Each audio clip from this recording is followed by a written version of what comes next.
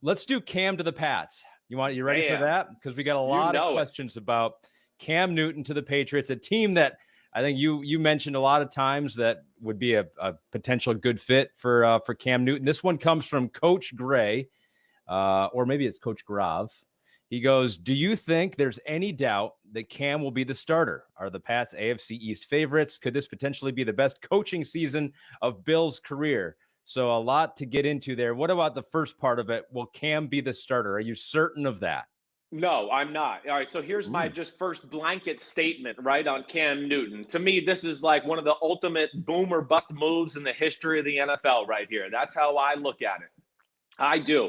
I could see Cam Newton and the New England Patriots in the AFC Championship game. I can. I wouldn't be shocked. First off, and I'll get into this in more detail, I think the team is actually built better for a guy like Cam Newton to be the quarterback rather than a guy like Tom Brady. I really do. Defense, offensive line, a lot of versatile wide receivers, things like that. So they can have – they're built to run the Cam Newton offense and play Cam Newton football, which I mean control the football, play defense, win games like 24-20, right? I really think there is. But where I say the boom or bust, first off, yes. I mean, I think, of course, Cam is talented. And I know Belichick and McDaniels, they are going to find ways to accentuate all the great things he does, and they'll build off it. They'll get through training camp here, and after 1 week, they'll go, ooh, okay, he does this, this, and this well. Let's grow that out in our playbook. Ooh, he doesn't do this so good. Let's limit that. Now, the bust factor, though, Ahmed, for me is it's not going to be easy. First off, Jarrett Stidham's good. I know that, and I know that the New England Patriots think that as well. I think they were going into this throughout the majority of the offseason thinking he was going to be their starter, and that's what they were going to do, okay? But I guess where I get a little worried with Cam Newton here, and this is where I say the bust factor, and I'm going to go like 80 boom, 20 bust, okay? That's what I'm going to say. But the bust factor to me is Cam Newton, a part of a new culture, and a place that he has never seen anything like this ever in his football life before.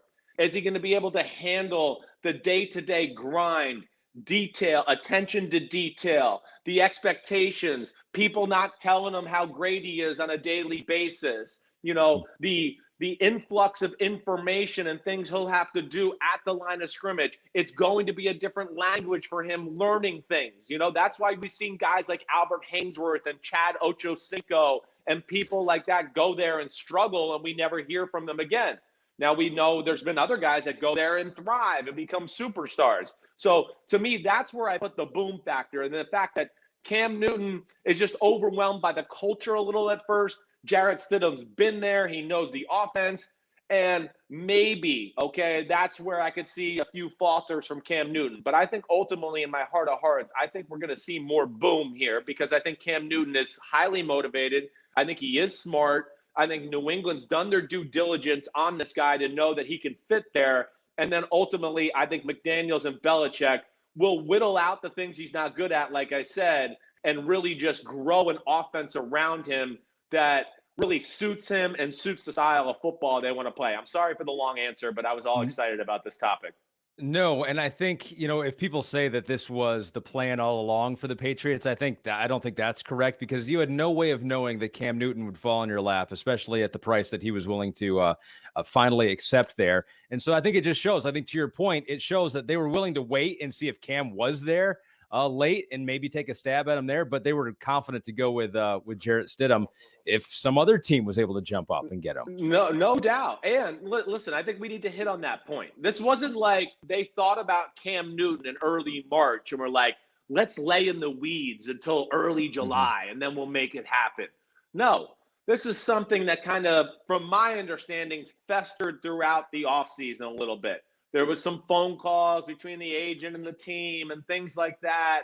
And I think it was something that Bill continued to think about and digest. And I think then they started to do their homework on Cam. What's the guy like? Does he work hard? Can he handle our, mental grind of stuff we put in our offense on a daily basis?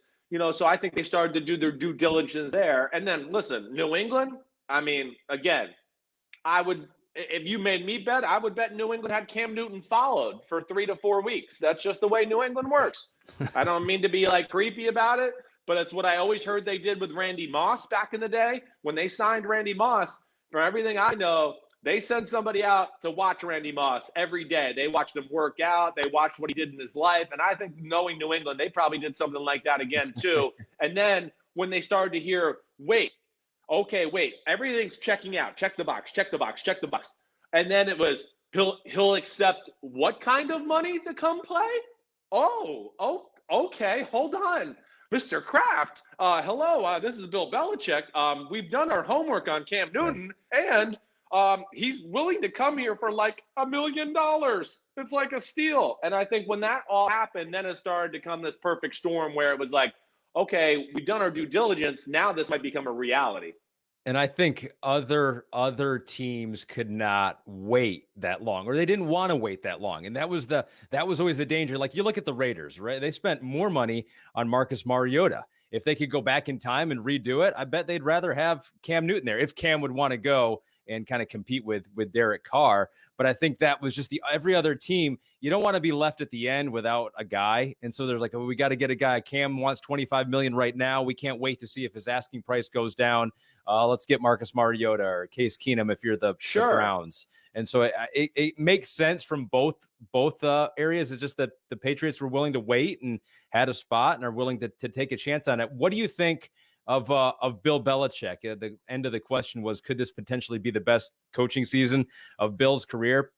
I will say, I feel like this is maybe something that Bill Belichick and Josh McDaniels would love to prove, is that they can have a successful team and a Super Bowl winning team without Tom Brady. Well, of course. I mean, come on. We know that. We know Belichick and McDaniels want to shit on everybody and go, hey, it's us and not Brady. And we know Brady down in Tampa wants to shit on everybody and go, it's me and not Belichick or McDaniels. So that's understandable. I get that. I don't think that New England will be consumed by that, though. They're just knowing those people up there and how they work, Ahmed. It's just do your job every day. It's not like, oh, what's Tom doing? Oh, let's look in the newspaper. Ooh, Tom did this. Now we need to do that. They're not going to be like that. They're just not. They're such a focused, detailed, unbelievable group that way. And, honestly, like I said, this is where I think the beauty of this is. Think about how New England played last year, Ahmed. There's a lot of games. It's low scoring, playing through the defense. Brady kind of just managing the game and making a throw here or there. Okay. Cam Newton's capable of doing that, let alone you can do more around him as far as creativity and movement and things like that, to where, yeah, it's the number one defense in football. It's an O-line that I think played under its ability last year, and I think you'll see a bounce back there. And here's the other thing, too. First off, McDaniels, they have all these Cam Newton plays in their playbook, all right? That's the first thing I'd like to explain to everybody. New England's got the most extensive, deep playbook in the history of the NFL. It's never ending. And they have all the type of quarterback runs and things like that. They're in there, but they would be at a wildcat formation where Sony Michel would do them. So, between when Jacoby Brissett had a play a few years ago when Tom Brady had his 4-game suspension, between Josh McDaniels, toying with the Tim Tebow idea in Denver, there is some stuff there to where they have a little background on how to play this style of football, let alone they have everything in their offense already. And then the last thing I would say, too, is, when you think about Cam Newton in the backfield, split backs, it's Sony Michel and Damian Harris, who they drafted out of Alabama last year. And now you got N'Keal Harry and Julian Edelman and Mohamed Sanu.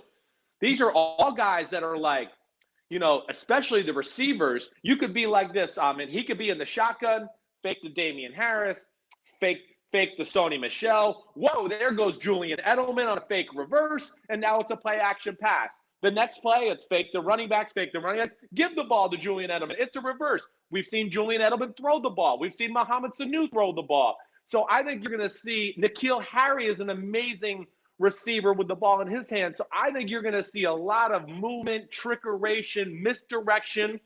And, along with that window dressing of the pure just power running game, and then the play action passes with Cam Newton, to where I look at that. And again, I'm sorry for the long answer. That's where I just go, this could be a special combination. And this is why I think he fits so well with their team and maybe the style of play in which they'll play in 2020. Don't apologize for the long answers. You've been holding this all in your head for 3 weeks. It's got to all come out right now. Hi, I'm Mike Tirico, and thanks for watching. Make sure to hit subscribe for the latest news and highlights from NBC Sports.